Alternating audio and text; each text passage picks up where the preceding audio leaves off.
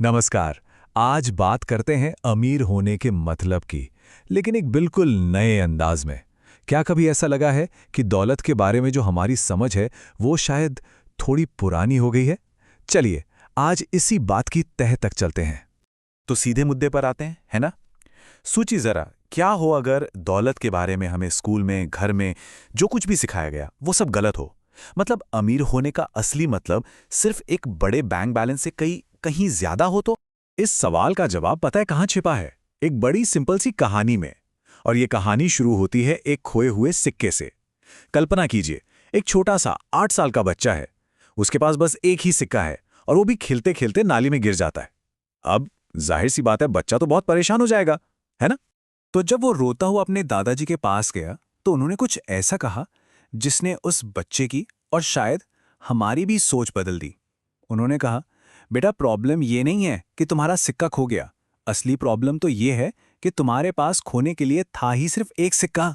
बस ये एक लाइन, पर इसने पैसे को देखने का पूरा नजरिया ही पलट कर रख दिया। अच्छा, तो चलिए इसी सोच को थोड़ा और खोदते हैं।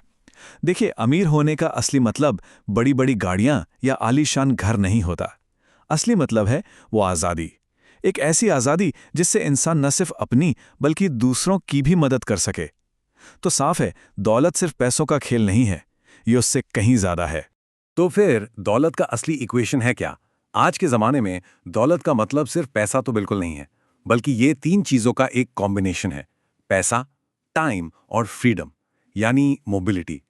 यही वो तीन वेरिएबल्स हैं जो किसी की असली दौलत तय करते हैं। इसको ना एक एग्जाम्पल से समझते हैं। हमारे पास दो लोग हैं, एक का नाम है लियाम और दूसरे का ईथन। लियाम एक बड़ी कॉरपोरेट जॉब में है, महीने के 90,000 रुपए कमाता है। वहीं दूसरी तरफ ईथन है जो अपना ऑनलाइन बिजनेस चलाता है और महीने के 60,000 कमाता है। अब पहली नजर में अगर पूछा जाए कि कौन ज्यादा अमीर है, तो ज्यादातर लोग क्या कहेंगे? लियाम ही, है ना? पर रुकिए, कहानी में एक ट्विस्ट है। अब जरा असली कहानी देखते हैं। यहां बात आती है उनकी प्रति घंटे की कमाई की। जब हम हिसाब लगाते हैं तो पता चलता है कि लियाम हफ्ते के 50 घंटे काम करके हर घंटे के 450 रुपए कमा रहा है, और ईथन वो हफ्ते में सिर्फ 15 घंटे काम करके हर घंटे के 1,000 रुपए कमा रहा है। अब बताइए कौन ज्यादा अमीर है? ईथन का 1 घंटा लियाम के 2 घंटों से भी ज्यादा कीमती है ना? कमाल की बात। और बात सिर्फ यहीं खत्म नहीं होती। ईथन एक बहुत ही पावरफुल कॉन्सेप्ट का इस्तेमाल करता है जिसे कहते हैं जियो आर्बिट्राज। अब ये क्या है? इसका सीधा सा मतलब है, कमाओ एक महंगी करेंसी में जैसे डॉलर में और रहो किसी ऐसी जगह पर जहां रहना सस्ता हो। तो ईथन क्या करता है? वो डॉलर्स में कमाता है और बाली जैसी खूबसूरत और सस्ती जगह पर रहता है। इससे क्या होता है? उसका खर्चा बहुत कम हो जाता है और उसकी बचत और दौलत दोनों तेजी से बढ़ती हैं। तो अब सबसे बड़ा सवाल ये उठता है कि ईथन जैसी लाइफस्टाइल आखिर बनाई कैसे जाए? जवाब है, अपनी इनकम को ऑटोमेट करके, एक ऐसा सिस्टम बनाकर जो आपके लिए काम करे। तो चलिए ऑनलाइन इनकम जनरेट करने के 3 सबसे कॉमन तरीकों पर एक नजर डालते हैं। तो देखिए, इसके 3 मेन रास्ते हैं। पहला, अपना खुद का कोई डिजिटल या फिजिकल प्रोडक्ट बनाइए और उसे ऑनलाइन बेचिए। दूसरा तरीका है लाइसेंसिंग का, मतलब अपने प्रोडक्ट या आइडिया को किसी और को इस्तेमाल करने का लाइसेंस दे दीजिए और उसके बदले में रॉयल्टी कमाइए। और तीसरा है रीसेलिंग, जिसे हम ड्रॉप शिपिंग भी कहते हैं। इसमें आप होलसेल में सामान खरीदते हैं और उसे अमेज़न जैसे प्लेटफॉर्म पर बेच देते हैं। ठीक है, तो अब हमें ये तो पता चल गया कि क्या करना है, पर उससे भी जरूरी है कैसे करना है। मतलब वो माइंडसेट क्या होना चाहिए। अमीर और गरीब सोच के बीच जो सबसे बड़ा फर्क होता है ना, वो इसी बात में है कि वो अपने टाइम और पैसे को लेवरेज कैसे करते हैं। इसको भी एक कहानी से समझते हैं। मान लीजिए एक मछुआरा है जिसकी सोच थोड़ी गरीबों वाली है। वो रोज खूब सारी मछलियां पकड़ता है, बाजार में बेचता है और जितने भी पैसे मिलते हैं वो सब अपने शौक पूरे करने में उड़ा देता है और फिर दिन के आखिर में अपनी किस्मत को कोसता है। अब दूसरी तरफ उसी शहर में एक और आदमी है। मान लीजिए वो अपना सब कुछ गवा चुका है, पर उसकी सोच अमीरों वाली है।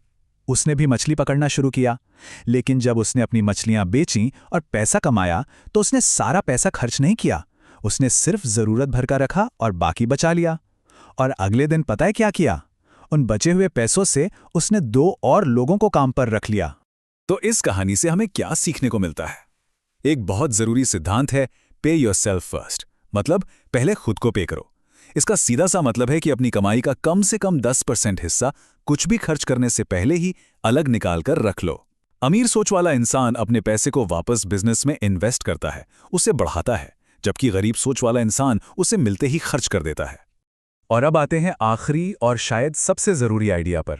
देखिए, असली दौलत किसी फॉर्मल डिग्री से नहीं आती, वो आती है स्पेसिफिक नॉलेज से। मतलब ऐसा खास ज्ञान जो आपको उन प्रॉब्लम्स को सॉल्व करने की काबिलियत दे जिन्हें दूसरे लोग सॉल्व नहीं कर सकते। एक बहुत ही दिलचस्प कहानी है एक 24 साल के आर्टिस्ट की। इस लड़के के YouTube पर 10 लाख से भी ज्यादा फॉलोअर्स हैं। अब वो करता क्या है, वो हर संडे को लाइव आकर पेंटिंग बनाता है और फिर उस पेंटिंग का प्रिंट एक टी-शर्ट पर छापकर उससे सिर्फ 24 घंटों के लिए बेचता है, और उसके जो लॉयल फैंस हैं वही उसके कस्टमर बन जाते हैं। तो अंदाजा लगाइए, इस सिंपल से दिखने वाले बिजनेस ने पिछले साल कितना रेवेन्यू जनरेट किया होगा। 10 करोड़। जी हां, आपने सही सुना, 10 करोड़ रुपए। यह है पावर स्पेसिफिक नॉलेज की और एक यूनिक बिजनेस मॉडल की।